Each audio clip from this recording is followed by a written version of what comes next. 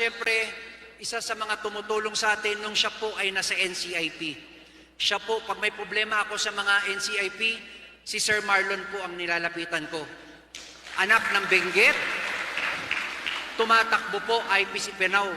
Ginawa nating number 1 po siya dati dito sa Benguet. Once again, hiningi ko po ang suporta nyo. Tulungan po rin natin, Councilor, soon to be Congressman Marlon Busantog. Palakpakan po natin. Huwag nyo pong tandaan ang pangalan niya, ha? Ang tandaan nyo yung IPC Panao. Yung Ipanao po ang tandaan nyo. Huwag yung pangalan kasi hindi nyo makita yung pangalan niya sa balota. Culture is the reason why I am standing here today before you. Our culture made me believe that a simple son of a farmer from Bugyas, Benguet can stand in the halls of Congress. That a simple Ibugyas can be a congressman debating with the best of the Philippines. Somebody from the farmland who can stand in Congress and say that I represent the values and tradition of the Benguet people, of the indigenous peoples of the Cordillera, and as a proud Igorot son. This is my simple dream. I hope that I share it with you and you can share it with me. Salamat unay, mayat ay labit. Look at the politics of Benguet. Look at the political culture of Benguet. It is world class. We do not have political dynasty. We do not have political violence. We do not have vote buying. Mabalin ay mga kaliyo, makakapiyo din amin ay kakandidates. This is the hallmark of a true world-class province. And that is my dream for Benguet.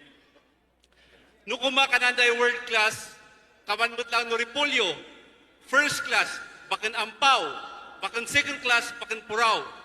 Nung kumapatatas, kananda, bakan what marble, bakan what extra, dapat kuma XL or jumbo.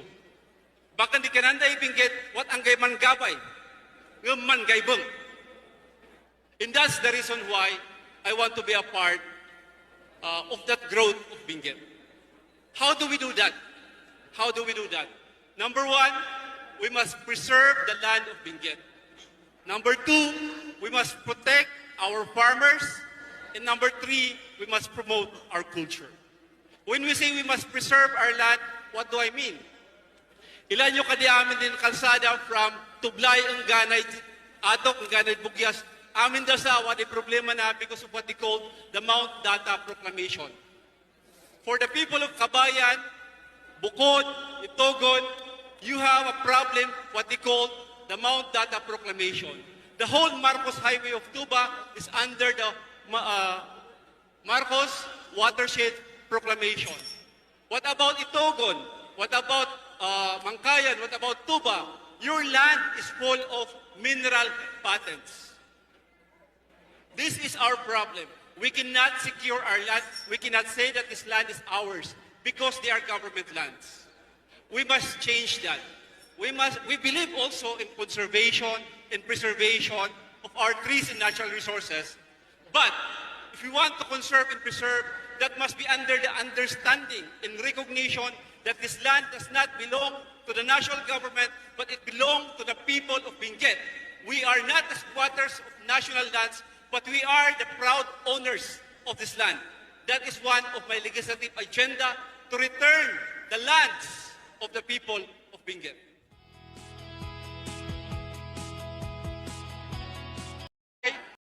Yung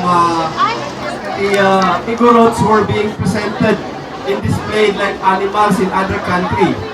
But right now, in all parts of the country, the Cordilleran culture, the Igorot culture is being celebrated internationally. And I think that is something that we can be proud of. May kadwa, we are thankful for the sacrifices of our OFWs.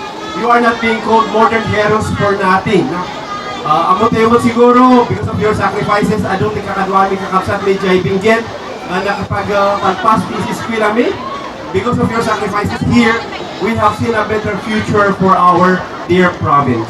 Please, para kay OFWs tayo. Siguro may katlo kayo may pagak. Do not worry about Benguet. do not worry about Benguet, our dear province. Why?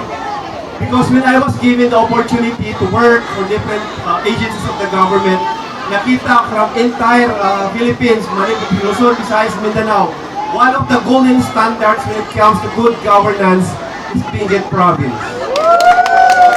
Kapag makita yung kunada nga dahil political dynasty sa Benguet, kapag kunayo nga dati kunada nga violence when it comes to election sa Benguet, ang mo yung kalit Benguet is at one when it comes to education attainment and graduates.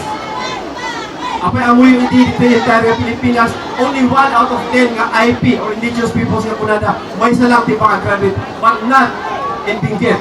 We have the highest literacy in the entire country, including cities like Makati.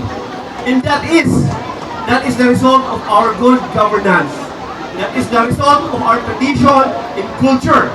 Therefore, we are very much thankful because this kind of Benguet is not possible without the good governance of our past officials and present officials. Please give them good hands. Ito na pimanti, mangitak-takder, para di probinsya tayo, pagkikitaan itintero nga Pilipinas, that there is something good about cultures, there is something good about tradition that we can celebrate. Inararamit yung tatam, yung sasala ipapakita na this kind of dances has been there for almost hundreds of years. And we are thankful that after hundreds of years, ang dapat lang nila isasala tayo that only in Benguet and in other parts of the world. And we hope that the next generation na kami, KJ Kapsat May, will be doing the same after generations to come. Ako na yun at ibaga, what I want to convey, my greatest gratitude, pasasalamat ko for allowing and partnering with us Ipanaw Sampayanan for medical missions that we have been conducting here in Hong Kong for the last few months. Thank you for your accommodation. It is our privilege. It is our honor. Mayat ay mas dapat ako amin. And so thank you so much, Atty. Marlon Busanto, a former NCIP chair, the first nominee of Ipanaw.